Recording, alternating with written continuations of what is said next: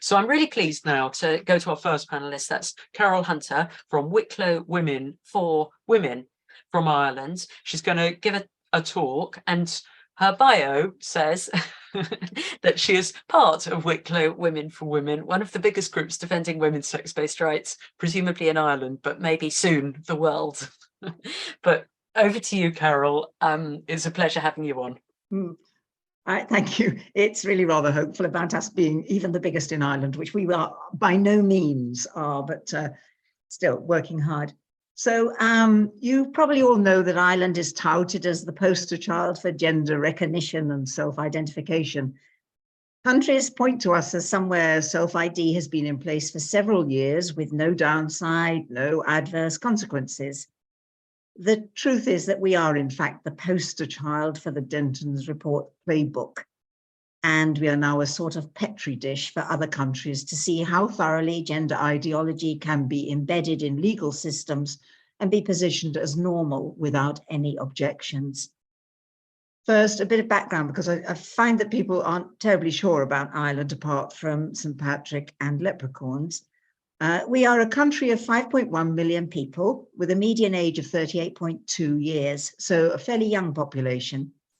Due to inward immigration, our population has grown 10% in 10 years, which is another thing that causes a bit of societal change. So that's relevant to all of this, I think. We've been a member of the EU since 1973 and always strive to be the good child in implementing EU legislation. Our government is basically centre-right, and because of our system of proportional representation, we normally end up with a coalition government. At the moment, we have a coalition of our two main centrist parties and the Greens, and the presence of the Greens is very important. For most of our history, we have been a deeply Catholic country, but in the last 20 years, the various church scandals have meant that most people now consider themselves only nominally Catholic. This has left an ethical vacuum, which gender ideology has been quick to colonize, aided by Irish people's desire to be seen as forward-thinking and on message. Of course, the Denton Report advised that legislation be quietly latched onto more popular legal reforms, and in 2015, we had the ideal situation with the referendum on marriage equality, which had enormous public support. Under the radar, the Gender Recognition Act was passed at the same time in the Dáil, our parliament, with no public discussion and no public awareness. Denton's itself states that in Ireland, activists have directly lobbied individual politicians and tried to keep press coverage to a minimum. They've succeeded in that.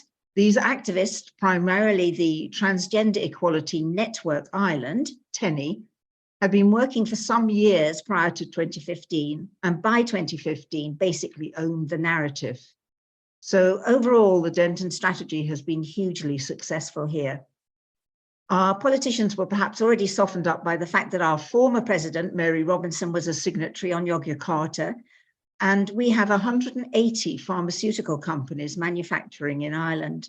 So a small island with 180 pharmaceutical companies. We keep on their right side. The Gender Recognition Act allows all individuals over the age of 18 to self-declare their own gender identity. They simply fill in a form, have it witnessed, and send it off. There is no charge. The 16 to 18-year-olds can apply through the courts with a medical declaration and parental consent. Most people have no idea either that the bill exists or that the process is so open. With our government so firmly captured by 2015, they have been able to move forward with legislation to embed gender ideology into the heart of our institutions. Our universities, National Women's Council, Amnesty Ireland, the trades unions, business representative groups, etc., have all been captured. We know we're no different from the rest of the world in this, but in a small country, it makes a difference. To give more context, among the aspirant politicians that the activist groups appear to have targeted early on was a young Green called Roderick O'Gorman. Since 2020, he has been a minister in the present coalition in charge of the Department of Children, Equality, Disability, Integration and Youth, which covers just about everything, obviously, and makes him pivotal in driving gender ideology forwards. He is fully committed to gender ideology and so is pushing to have the legal age for gender recognition reduced to below the age of 16 and for removing the current need for parental consent for 16 to 18-year-olds. In 2018, the government appointed a review group to revisit the 2015 GRA, and this review called for a gender recognition system for any age with parental consent. This review group was chaired by the executive director of Belong To, a youth transgender activist group, with members including a man called Sarah Phillips, who was then on the board of TENI and is now on the board of our National Women's Council. The Ombudsman for Children supports this position. This is legislation waiting to happen, but for the moment remains on the back burner. We do, however, now have several major pieces of legislation either going through or soon to be going through our Dáil, which will between them build a legal framework around gender ideology, which will make it very hard to combat. I'll go into that in a minute, but first want to run very quickly through the position more generally. Prisons. We have 3 transgender males in Limerick Prison, which is our main women's prison, holding 48 women at the moment in very overcrowded conditions. All 3 men are guilty of violent sexual assaults. Although they're kept on a different landing to the women, apparently they shout abuse at the women below. They're kept locked up for 23 hours a day, so that's another human rights violation right there. One man is a 21-year-old called Barbie Kardashian, who is so extremely violent and frankly so weird looking that the general public have become aware of him, which is of course a good thing because nobody wants Barbie Kardashian in a woman's prison. Even the prison guards don't want him there. In sports, Golf Ireland has from March this year adopted a policy of allowing males to participate in female competition under a number of very vague constraints. Our Ladies Gaelic Football Association is also allowing boys between 12 to 15 into girls' teams with a medical statement, and 16-year-olds and older can play on ladies' teams with a gender recognition certificate. They should have testosterone levels of no more than 10 nanomoles in the previous 12 months, but there's no independent testing of that, so that can just go by the board. Gaelic football is a rough contact sport, very like Aussie rules, for example. A non-binary category has just been added to the Dublin Marathon, and Swim Ireland is discussing how to make swimming more inclusive. Our health service, called the HSE. Without going into detail, our health service works closely with various activist groups and, as in other jurisdictions, is pushing forward gender-neutral language, mixed-sex wards, etc., etc. Our gender identity service for children under 18 feeds into the Tavistock, so is currently at a standstill. The adult clinic is becoming more outspoken in its opposition to automatic affirmation, but is largely ignored.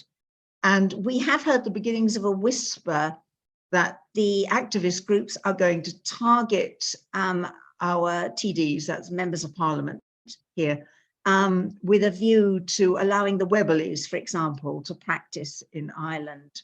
So that's just very much a whisper. Working with various LGBT+ lobby groups, the health service has produced much of the material authorized for use in the new school curriculum. In education, a new social, personal and health education, that's SPHE curriculum, is being rolled out. The new junior cycle for ages 12 to 16 will start in September, the senior cycle next year, and the primary cycle in 2025. Gender ideology is taught as fact from kinder level up, Garten level onwards, and is embedded in all subjects, even biology. Even the approach to mathematics and everything like that will be much more in line with the critical theory approach. In line with Denton's, all teachers will be re-educated. Belong To is very active already in schools. It goes in and teaches them, and it teaches them stuff which isn't basically the law, but they believe it. So this is a real problem. A lot of teachers are very unhappy. Under the Irish Constitution, parents are the primary education educators of their children. But this new approach makes it impossible for them to remove children from those classes they deem unsuitable. So, back to the legislation lined up at the moment. Firstly, the Criminal Justice Incitement to Violence or Hatred and Hate Offences Bill 2022. This is in effect an attack on freedom of speech. Article 40.6.1 of our Constitution protects free speech already, with the exception of speech which threatens public order. And for this reason, we have the 1989 Prohibition of Incitement to Hatred Act. The new bill actually seeks to repeal this 1989 Act without saying so, by placing limits around free speech to protect certain disadvantaged groups, such as travelers and immigrants, but crucially transgender people and non-gender conforming people. Thus, the new bill makes gender a protected characteristic, but not sex. Gender is defined as the gender of a person or the gender which a person expresses as the person's preferred gender or with which the person identifies, and includes transgender and a gender other than those of male and female. In other words, a completely nonsensical circular definition of gender. There is, in addition, no definition of hatred, which appears to lie solely in the ear or eye of the beholder. The sources of hatred could include words, pictures, videos, anything really either shared or private. This talk, for example, could easily be deemed hate. This bill makes you guilty until proven innocent. Even the newspaper Saudi Express reported the bill as extreme, as did Donald Trump Jr. and Elon Musk as well, I think. If a person is accused of hatred, the police can decide whether or not to investigate, but the police are also captured. So, that's probably a foregone conclusion. The police can then seize phones, laptops, etc., to decide whether to prosecute, and there's a maximum prison sentence of 5 years. This bill passed easily through the Dáil. Only 4 TDs turned up for the debate and is currently passing through the Senate. A few politicians have raised objections, but not many. Luckily, I think the bill will be completely unworkable in practice. We'll all put on our adult human t-shirt, female t-shirts, and see how they cope with that. Just they won't know what to do. Then the next one, the Irish Constitution sets out the rights of Irish citizens, and rights contained therein can only be amended through a citizens' referendum. The government has announced that it will hold such a referendum in November this year on gender equality. Mind you, they've also just announced that they might hold a general election in November. So whether they intend to do the referendum very quietly alongside that or not, I really don't know. This referendum was recommended originally by the Citizens' Assembly with input from TENI, etc., and subsequently by a special joint Oireachtas, that's our Parliament Committee on Gender Equality. Proposals for the constitutional amendments will be published at the end of June. The government statement is, for too long, women and girls have carried a disproportionate share of responsibilities, been discriminated against, objectified, and lived in fear of domestic violence. Which sounds great, they're going to tackle all of that. But actually, it's closely followed by the plan to amend all sex-specific language in the Constitution to enshrine gender equality. Article 40.1 of our Constitution states, all citizens shall, as human persons, be held equal before the law.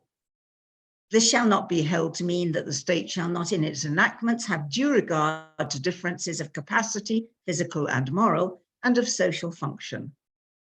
It is proposed that this should be amended to refer explicitly to gender equality and non-discrimination.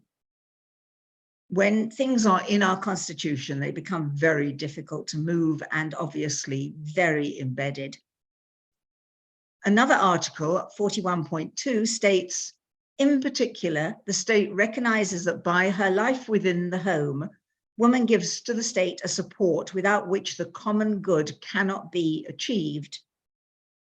This article has long been contentious for feminists, as it was widely interpreted as keeping women out of the workplace.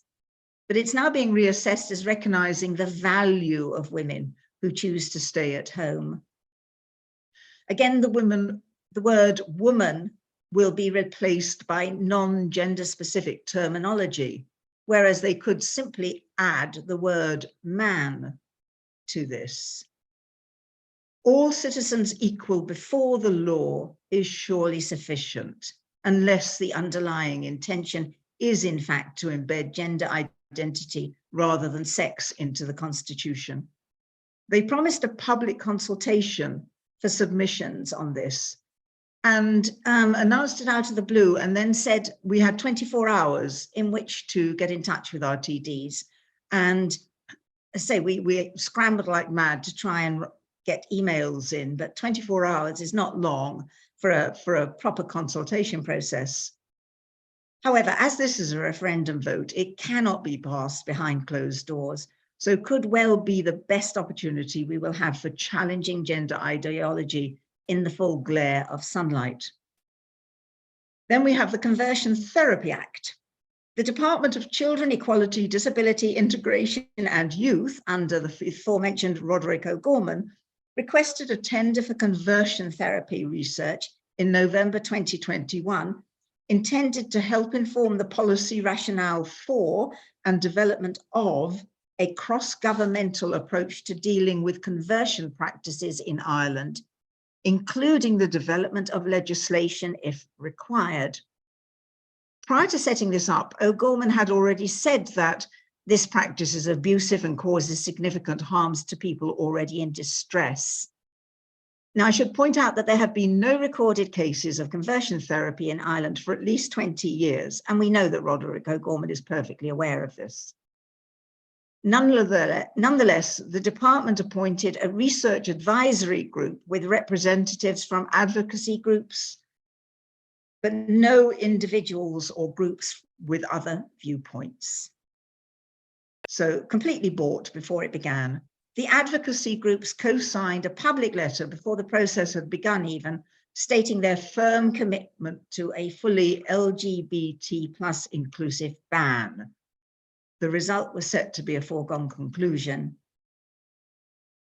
The research report, which was put together by our Trinity College School of Nursing and Midwifery and released in February of this year, again, does not define conversion therapy, nor does it provide any corroborating evidence, address clinical concerns, differentiate between sexual orientation and gender identity, provides no evidence of any sort. But this will be the recommendation behind this, the wording on this bill. A week ago, Roderick O'Gorman went to a conference organised by TENI and LGBT+ Ireland, and immediately afterwards announced that he would be bringing a conversion therapy bill to the Dáil this June. This appears to be a solo flight, as when asked about this, people working in the department said they knew absolutely nothing about it. In a small country, you can get in touch with people like that and just ask them. So, okay, we've got all of this coming at us. What are we doing about it? Although the few opinion polls carried out about gender ideology and the loss of women's rights show that most people are firmly opposed to the whole idea, organised opposition is still very scattered. Most people either don't know anything about it or just don't want to put their head above the parapet. Although there are small groups like Women's Space Ireland and Irish Women's Lobby, these have mainly had an online presence. The highest profile and best organised group working in this area is the Countess under Leisha de Brún. The various working groups under its aegis do invaluable work at policy level, contacting TDs and department heads and in coordinating letter writing campaigns.